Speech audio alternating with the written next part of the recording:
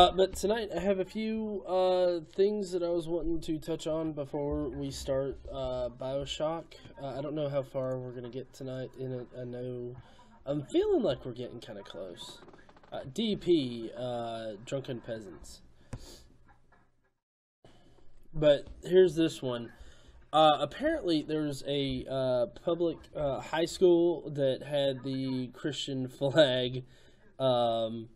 That they flew it as they were running onto the field, and they had a whole bunch of stuff going on.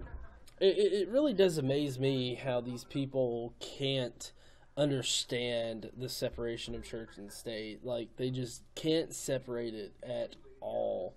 Like, they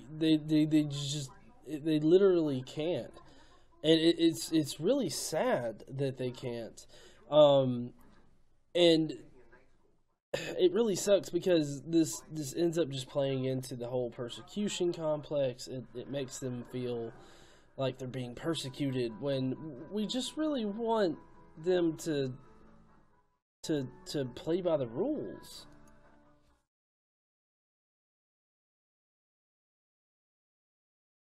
Ah yes, Creflo dollar bill, y'all. Hey, he said Jesus bled and died for us so that we can lay claim to the promise of financial prosperity. Jesus, get this right, Jesus died so that we can be rich as fuck. Jesus died so that he could have a $65 million plane so that he could ship people around the world and shit.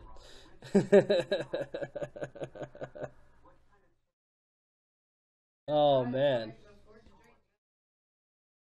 What? Jesus died so we could afford to drink milk. Well, yeah, of course. God. I don't know.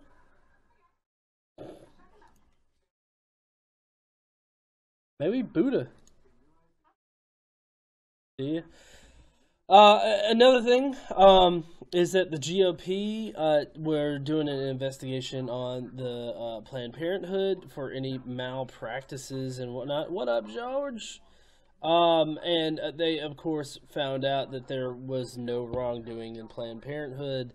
The hit pieces, the hit videos that were done against them are, of course, bogus and bullshit.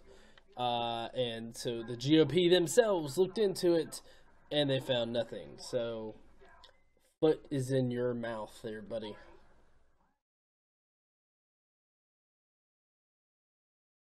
Sounds like, sounds more like motive for murder. Yeah.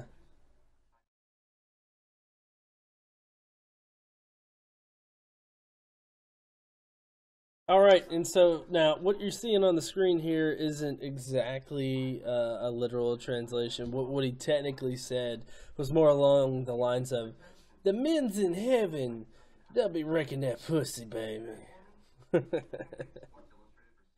But yeah, Moral's here. How's it going, Immoral? But yeah, this guy is apparently saying that men in heaven will be tearing hymens, and he's very hymen oriented. So first, on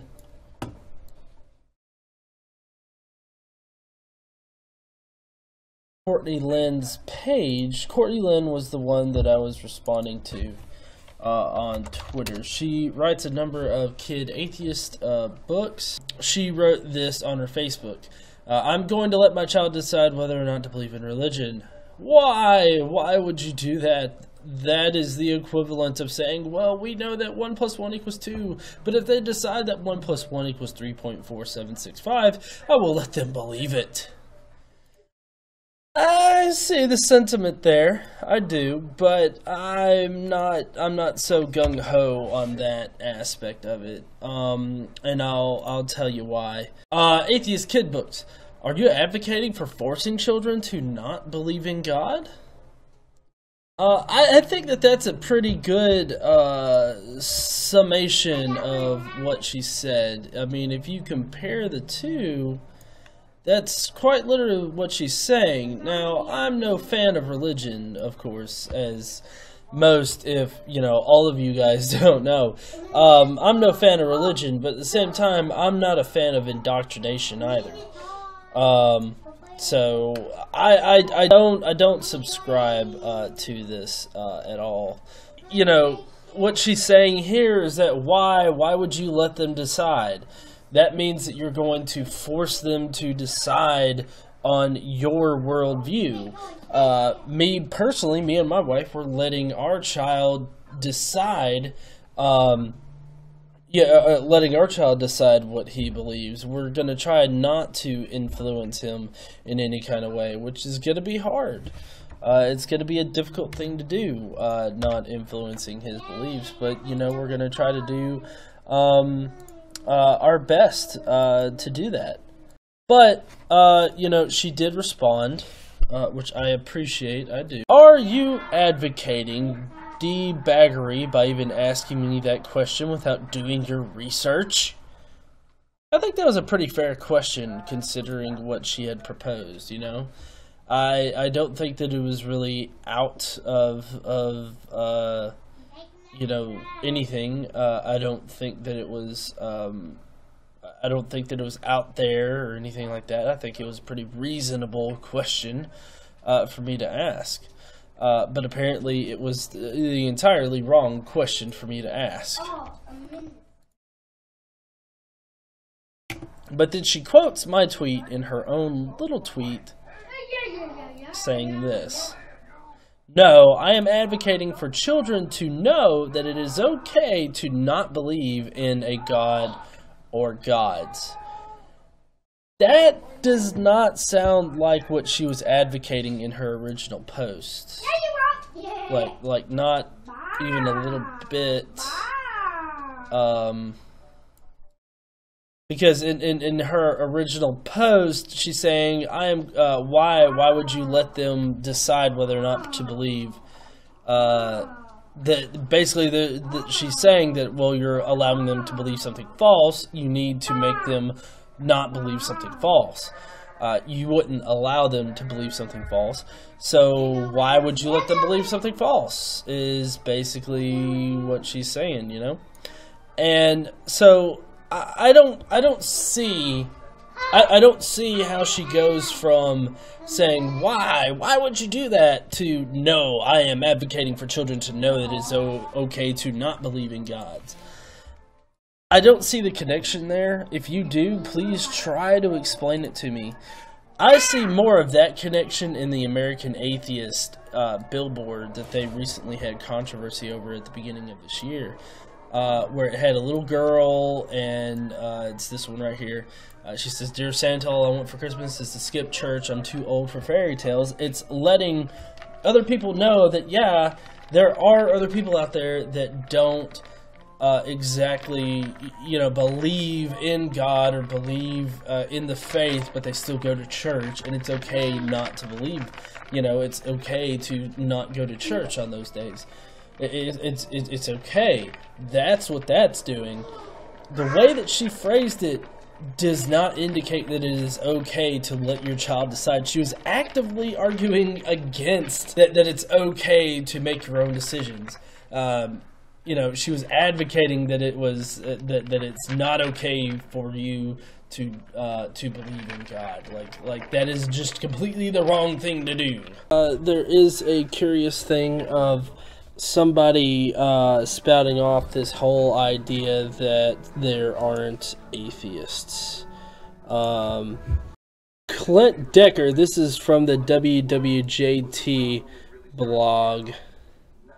Hello everybody in the chat. Christopher Stage, Lucy, who is helping me mod tonight, of course. But Clint Decker, the Christian evangelist who runs Great Awakenings Ministries, would like all of you to know that you don't exist. At least he writes in a column that there are no atheists, because everyone believes in something, whether it's God or themselves. Atheists build a box around themselves, keeping God out with only themselves inside. Their means of living is purely self-sufficient, cutting off all the blessings and beauty of the one true God, only doing, controlling, and becoming what they can manage. It is like they say, all I want, all I need is right here in this box. Yeah. This kind of comes from this whole God has written it on our hearts. God, we all know God exists, but we choose not to believe in him. We choose not to acknowledge his existence, and we hate him and all this other stuff. It's purely ridiculous for them to say this. That atheists don't exist. Is really saying, hey, I know that you're saying that something that you believe. I know that you're saying that, but I just want to tell you that you're wrong, and I know that you're lying. So quit the lying. Is basically what they're saying. No matter what, like, I'm not going to go to Kim Ham and say, like, look, dude, I know you're lying, okay? I know you really don't believe in this whole flood thing, Or I'm not going to go up to some random creationist like, look, I just know you don't believe that God farted out the universe and then spent 6 days molding his shit into the earth, okay? I know you don't believe that. Okay, I'm not going to sit there and say that. That's a total douchebaggery thing to do to somebody. And that's exactly what this guy is doing. He's being a total douchebag. Anybody that says this is a total douchebag. Any presuppositional person, Cy 10, Bergen Kate, Ray Comfort, Kurt Cameron, all of them douchebags to the end.